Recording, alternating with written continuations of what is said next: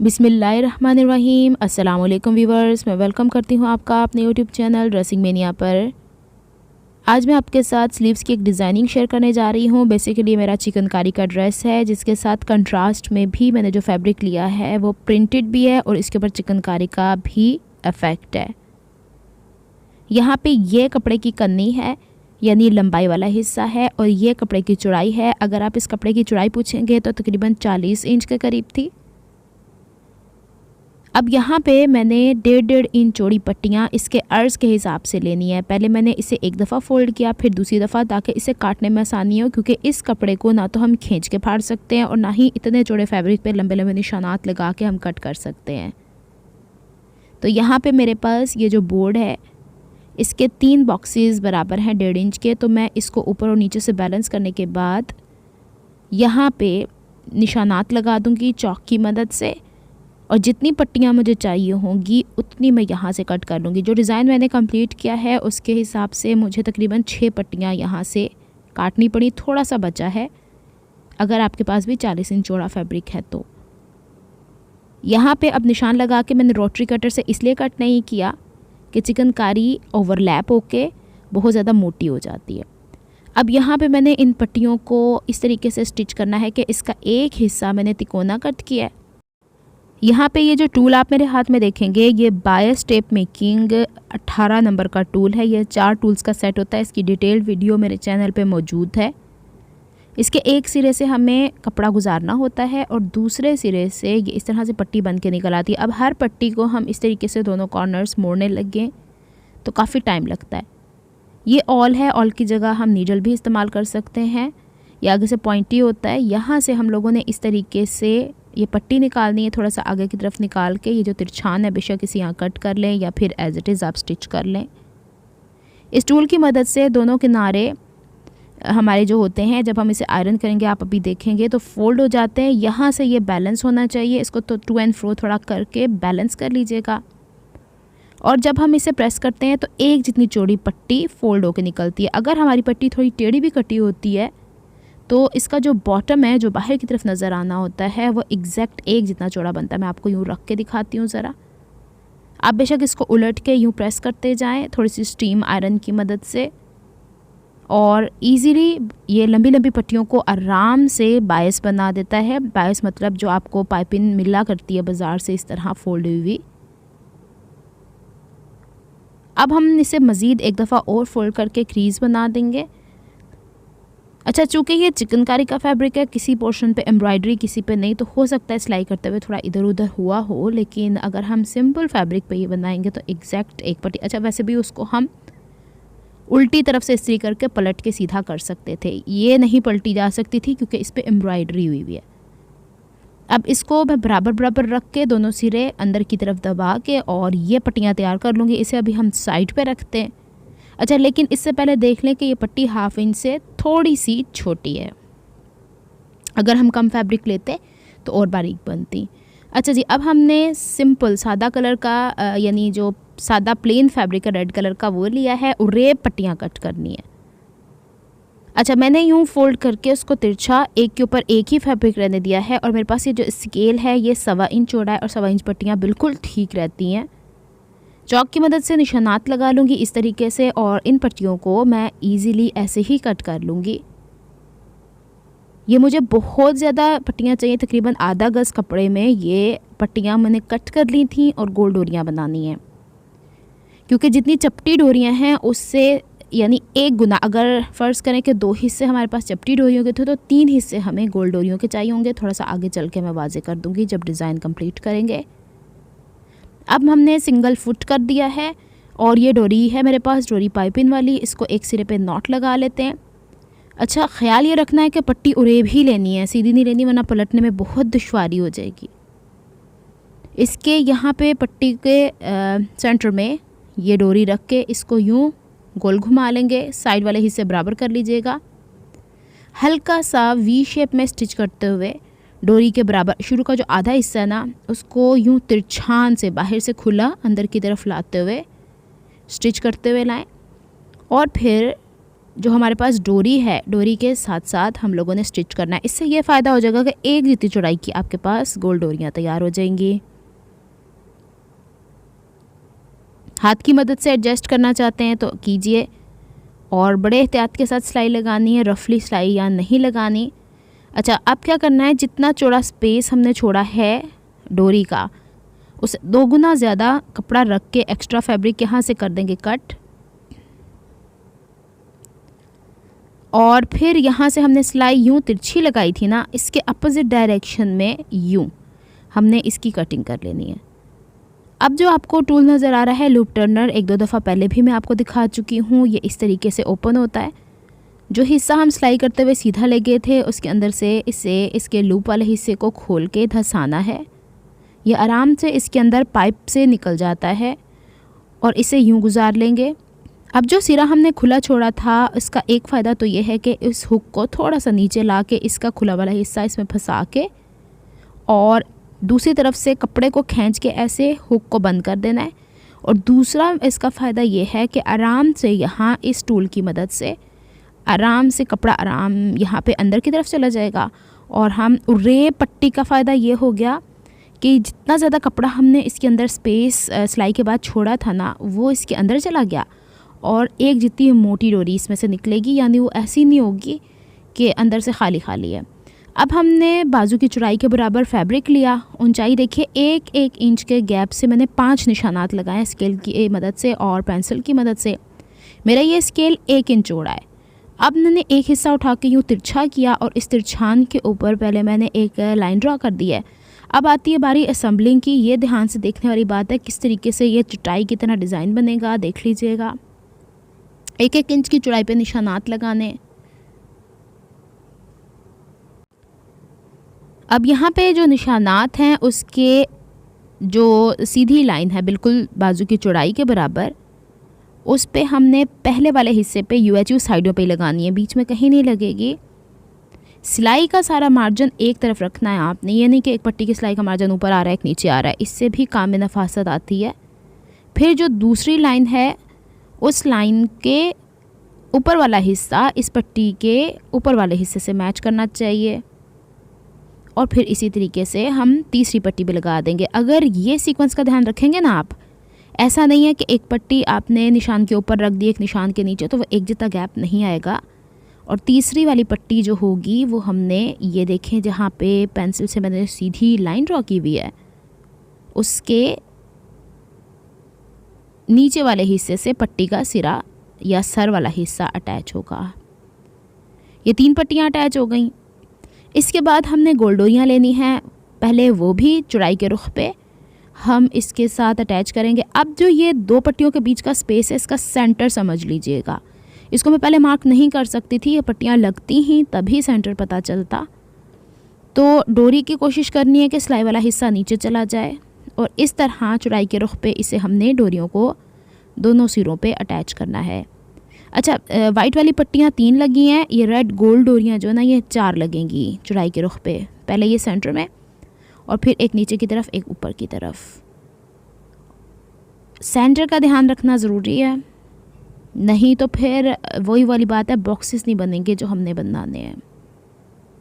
इस तरीके से हमने इसे कर लिया और चौथी पट्टी ऊपर की तरफ लगाएंगे। ये गोल डोरी जो है, यहाँ तक तो ये आसान है, आगे जब हम थोड़ा सा ताना बाना करेंगे तो देखेंगे। अब यहाँ पे हमने दोबारा से चौड़ी पट्टियाँ ली हैं, इसमें गोल डोरी से हमारा कोई सरोकार नहीं है, सिर्फ सफ़ेद वाली पट्टियाँ, एक पट्टी नीचे दूसरी ऊपर और तीसरी सफ़ेद वाली पट्टी नीचे। इसमें हमने गोल डोरी को ज़रा भी टच नहीं करना, वो नीचे दबती हैं तो दबती रहें, वो नीचे ही रहेंगी। इस तरह हमने तिरछा, अब इसका भी एक ध्यान रखिएगा कि जो तिरछी लाइनें लगाई हैं उसके अगर सीधी तरफ आप लगा रहे हैं तो सारी पट्टियाँ सीधी तरफ लगाएंगे, उसकी उल्टी तरफ लगा रहे हैं तो सारी पट्टियाँ उसकी उल्टी तरफ लगाएंगे और सिलाई का सारा मार्जिन एक ही तरफ रखेंगे। इस तरीके से इसके कॉर्नर्स पे थोड़ा थोड़ा UHU लगा के मैं पेस्ट कर रही हूँ क्योंकि ये चिकनकारी का फैब्रिक है। ये हो गया यहाँ पे कंप्लीट। दूसरी पट्टी में हम लोगों ने जो एक सिरा ऊपर की तरफ उठा था वो नीचे दबा देंगे, जो नीचे दबा हुआ था ऊपर उठा देंगे, जिस तरीके से चटाई बुनते हैं।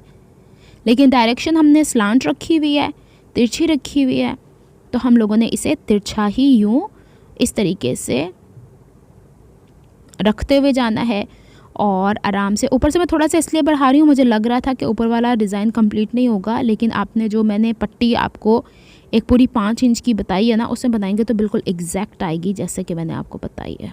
एक्स्ट्रा बढ़ा के रखने की ज़रूरत नहीं होगी। ये देख लें, इस तरीके से हो गया है ये कंप्लीट। अब जो थर्ड रो है, अभी तक हम लोगों ने ये सेकंड रो कंप्लीट किया है। जो थर्ड रो है उसमें हम दोबारा से गोल डोरियाँ लेंगे और गोल डोरियों में हमने सिर्फ गोल डोरियों को कंसीडर करना है, उसको ताना बाना ऊपर उठाना है। लेकिन ये जो वाइट वाली पट्टियाँ हैं ना, ये हर सूरत में नीचे रहेंगी और यूँ तिरछी ही जाएंगी। देखें भला कैसे, एक अगर हमने गोल डोरी ऊपर की तरफ उठाई है ना इस गोल डोरी की मदद से, दूसरी में हम नीचे दबाएंगे, लेकिन वाइट पट्टी को टच नहीं करना। बेसिकली ये एक बना रहा है चेक वाइट पट्टियों के नीचे। उम्मीद है आपको ये कॉन्सेप्ट क्लियर हो गया होगा। और इसको अब हम दोनों सिरों पे UHU लगा के सिक्योर कर देंगे। कोई भी एक पट्टी नहीं छोड़नी आज़ाद, वरना अगली बनाएंगे पिछली निकल जाएगी। ये आपने देख लिया, इसे मैंने किस तरीके से सिक्योर किया है। इसमें किसी किस्म का झोल नहीं रहना चाहिए, इसलिए मैंने जो नीचे पेपर इस्तेमाल किया है वो थोड़ा थिक है, कार्डबोर्ड स्टाइल का, ताकि ये एक जितना स्टेबल रहे। भारी हो जाता है जब ये 3 4 5 पट्टियाँ एक के ऊपर एक गुजरती हैं ना, थोड़ा मोटा नीचे कागज़ रख लीजिएगा। चले जी, अब दूसरी रो को कंप्लीट करते हैं। वाइट कलर की पट्टियों से हमारा कोई सरोकार नहीं है, हमने गोल डोरियों को देखना है, एक ऊपर एक नीचे, एक ऊपर एक नीचे, जिस तरह चटाई बुनते हैं ना उसी तरीके से। लेकिन चूँकि अब वाइट पट्टियाँ रास्ते में हैं तो उनको गुज़र के ही हम लोग ये पूरा का पूरा मेथड कंप्लीट करेंगे। अब यहाँ पे ये गोल डोरी ऊपर रहेगी और ऊपर से गोल डोरी ये नीचे ही रहेगी। ऐसे हम कंप्लीट करते जाएंगे और ये हमारी थर्ड रो कंप्लीट हो जाएगी। अभी एक रो और मज़ीद कंप्लीट होनी है, उसकी मदद से हमारा ये सारे का सारा डिज़ाइन जो है वो अपनी जगह स्टेबल होगा। फ़िलहाल तक तो हमने सारी चटाइयाँ ही स्टाइल में बुना है। अब जो आखिर वाली रो है ना, उसके लिए आप चाहें तो सेम डोरियाँ बना सकते हैं, लेकिन मैंने ये वाली डोरी जो आप लोगों को आप गोल डोरी पाइपिंग के तौर पे लगाते हैं, ये थोड़ी अच्छी फिनिशिंग में भी मिल जाती है, मैंने ये इस्तेमाल किया है। अब जो क्रॉस बन रहे हैं, गौर से देखिएगा, गोल डोरियों के अलहदा बन रहे हैं और जो पट्टियां हैं वाइट कलर की वो अलहदा बन रही हैं। तो अब हमने सारी रेड कलर की जो क्रॉस हुई हुई है उसको ऊपर की तरफ उठाना है, वाइट वाला जो क्रॉस हुआ हुआ है उसे नीचे दबाना है, तिरछा तिरछा यानी अपोजिट डायरेक्शन। पहले हमने एक तरफ तिरछान में काम किया, अब दूसरी तरफ तिरछान में काम कर रहे हैं और इन दोनों को ऊपर की तरफ उठाएंगे। ये काम हमने हर रो के अंदर करना है। ये ऑटोमेटिकली ऐसा बन गया है डिज़ाइन कि हर रो में यूँ तिरछान आएगी। पहले 2 पट्टियाँ मैंने आपको समझ में आ जाए ईज़िली, इसलिए मैंने बना के रखी थी। आगे भी हम ऐसे ही काम करेंगे। इस तरीके से हम लोगों ने इसको भी सिक्योर करना है UHU की मदद से। अब आती है बारी कि हमने इसका फ्रंट हिस्सा कैसे सिक्योर करना है। तो उसके लिए मैंने 1.25 इंच चौड़ी और जितनी बाजू की लंबाई है उसके बराबर पट्टी ली है, रेड कलर की भी और कंट्रास्ट कलर की भी। और जो वाइट कलर का फैब्रिक है उसको 1/4 इंच फोल्ड किया है, लेस का सीधा हिस्सा ऊपर रखा। अब लेस भी इस्तेमाल करनी है और जितना हिस्सा हमने वाइट पट्टी में फोल्ड किया है उतना ही हम रेड का भी यूज़ करेंगे। जैसे हम पलटा नहीं लगाते वैसे हम लोगों ने इसके ऊपर लब की सिलाई लगानी है। इस तरीके से थोड़ा सा एहतियात के साथ काम करेंगे और इसको स्टिच करते हुए हम लोगों ने हाइड कर देना, जिस तरह गुम कर देते हैं ना लेस को। अच्छा, ये वाली पट्टी थोड़ी सी फिनिशिंग के साथ हम आयरन करना पड़ेगी, जो मैं आगे चल के आपको बताती हूँ, लेकिन फ़िलहाल हम इसकी पहले स्टिचिंग कंप्लीट करते हैं। इसी तरीके से पूरी पट्टी हम लोगों ने तैयार कर लेनी है। तो चलें अब हम इसकी आयरनिंग कर लेते हैं। अच्छा, बैक के ऊपर मैंने कोई ज़ीरो की बुकरम नहीं लगाई है, इसको सिंपल रहने देना चाह रही हूँ क्योंकि अंदर की तरफ इसकी काफ़ी ज़्यादा फोल्डिंग्स हैं। जिस तरीके से हमने इसे सिलाई किया है वैसे ही इसे आयरन कर लेंगे। इसके बाद वाइट कलर की पट्टी को हम लोगों ने जितना आपको रेड कलर की सिलाई का मार्जिन नज़र आ रहा है इतना फ़ोल्ड करना है। यहाँ से दिखाती हूँ, जितनी चौड़ी आपने पट्टी रखनी, ज़रूरी नहीं आपने उतना ही फ़ोल्ड करना है, लेकिन मुझे उतनी ही बारीक चाहिए। तो अब हम इसको यूँ फ़ोल्ड करके आयरन कर लेंगे और फिर इसके बाद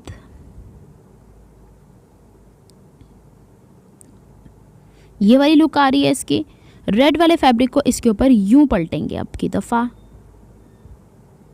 यहाँ तक ये आयरन कंप्लीट हो गई है। अब फ्रंट की तरफ ले जाते हुए रेड पट्टी को पलट के वाइट वाले पे लेके आएंगे, ताकि जब हम इसे बैक की तरफ फोल्ड करें तो ये वाला हिस्सा मार्जिन ज़्यादा हो। एक ही सिलाई में हम इसे स्टिच करना चाह रहे हैं, 2 सिलाइयों में नहीं, क्योंकि हमने जो डिज़ाइन कंप्लीट किया वो कागज़ के साथ है, उसके ऊपर बहुत ज़्यादा सिलाइयाँ भी ठीक नहीं रहेंगी। तो वाइट वाला हिस्सा उठा के ये जो रेड वाला हिस्सा हमने फोल्ड किया है अंदर की तरफ दबा देंगे। इस तरीके से हमने ये पट्टी तैयार कर ली है और अच्छे से इसे फ्रंट एंड बैक से आयरन कर लेना है, ताकि जितना हम लोगों ने फोल्ड किया हुआ है वो मार्जिन खुले नहीं। अब ये जो हमारे पास पैटर्न तैयार हुआ है इसे इसके अंदर धंसाते चले जाना है और लब की सिलाई लगा के या कॉर्नर की सिलाई लगा के इसे हम लोगों ने सिक्योर करना है फ्रंट वाला हिस्सा। थोड़ा सा एहतियात का काम है, इसलिए कि डोरियां रास्ते में आएंगी और मतलब हो सकता है कि कोई हिस्सा यहाँ पे खिसक जाए, तो आपने साथ साथ पिन रखनी है, बैलेंस करते जाना है, छोटे छोटे पोर्शंस की सिलाई करनी है। ये किनारे सिक्योर होंगे तभी खूबसूरती आएगी। ये ना हो कि कोई एक हिस्सा आज़ाद हुआ है तो फिर वो वाला हिस्सा वहाँ से डैमेज हो जाता है। चलें, इसकी हमने कंप्लीट करी। बाजू ये है, इसका मैंने सीधा हिस्सा ऊपर रखा है और इसको यूँ पलटा के सीधे से सीधा हिस्सा मैच करके मैंने यहाँ पे तकरीबन 3.5 इंच चौड़ा पलटे के लिए कपड़ा, अच्छा मैंने पलटे पे भी कोई बुकरम नहीं लगाया है, 1/4 इंच का मार्जिन फोल्ड किया है और इसको यूँ रख के जिस तरह हम लब की सिलाई लगा के पलटा लगाते हैं वैसे इसको पलटा लगा देंगे। यहाँ पे भी सिलाई थोड़ी एहतियात के साथ करेंगे, इसलिए कि नीचे इतने ज़्यादा डोरियाँ और ये सब कुछ है, बहुत ज़्यादा स्पीड में नहीं जा सकते हम। यहाँ पे मशीन में नीडल टूट सकती है। जब ये सिलाई कंप्लीट हो जाती है तो हम इसे पलटे की तरह फोल्ड करते हैं, ज़रा पहले प्रेस कर लेते हैं और फिर इसको यूँ सिलाई के बराबर फोल्ड करेंगे। अब जब मैं सिलाई के बराबर फोल्ड कर रही थी ना तो इसको दोबारा खोलूँगी। इसमें डबल साइडेड टेप खासकर उस जगह पे लगानी है जहाँ पे सिलाई का मार्जिन, क्योंकि जब मैं इसे 3rd टाइम फोल्ड कर रही थी ना तो सिलाई का मार्जिन खुल के आ रहा था।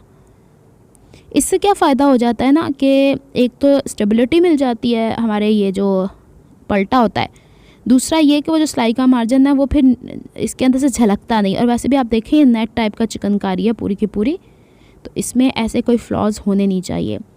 अब बाजू की फ़िटिंग का निशान लगा दूंगी और इसकी सिलाई करके और पेपर हटा के ज़रा मैं आपको दिखाती हूँ क्या डिज़ाइन बना। अगर आपको मेरी एफर्ट्स पसंद आती हैं तो please like my videos, subscribe to my channel, hit on the notification bell for more updates. ख्याल ये रखना है कि जितना हिस्सा आपका डिज़ाइन का डिज़ाइन में रहे, जितना हिस्सा स्लीव का है वो स्लीव में रहे। इसके सिर्फ साइडों पे मैंने यूएचयू लगाई थी, आराम से इसके ऊपर से पेपर रिमूव कर देना है और वैसे भी वॉश होगा तो ये निकल ही जाएगा, लेकिन वॉश करने से पहले भी ये ईज़िली निकल जाएगा। ये देखिए, ये है स्लीव डिज़ाइन। उम्मीद है आपको पसंद आएगा। मेहनत है लेकिन चीज़ क्लास की बनती है। स्लीव्स के ऊपर डिज़ाइन अच्छा मालूम होता है, जैसे ही थोड़ा सा इरेगुलर हो इसे खींचिएगा और वापस अपनी पोजीशन पे आ जाता है। इसकी पोजीशन ख़राब नहीं होती। पहनते हुए ज़रा फिंगर्स एक साथ रख के और फिर पहनिएगा, वरना ये ना हो कि कहीं ना कहीं हाथ अटक जाता है। अदरवाइज़ ये बेहतरीन चीज़ बनी है, जो मैंने पहले मुझे थोड़ा सा डाउट था लेकिन मुझे भी अच्छी लगी है। उम्मीद है आपको ये वीडियो पसंद आई होगी। मिलती हूँ मैं आपसे किसी नेक्स्ट वीडियो में किसी नए प्रोजेक्ट या आइडिया को लेके। तब तक के लिए दुआ में याद रखिएगा, अपना बहुत सारा ख्याल रखिएगा। नेक्स्ट वीडियो तक के लिए अल्लाह हाफिज़।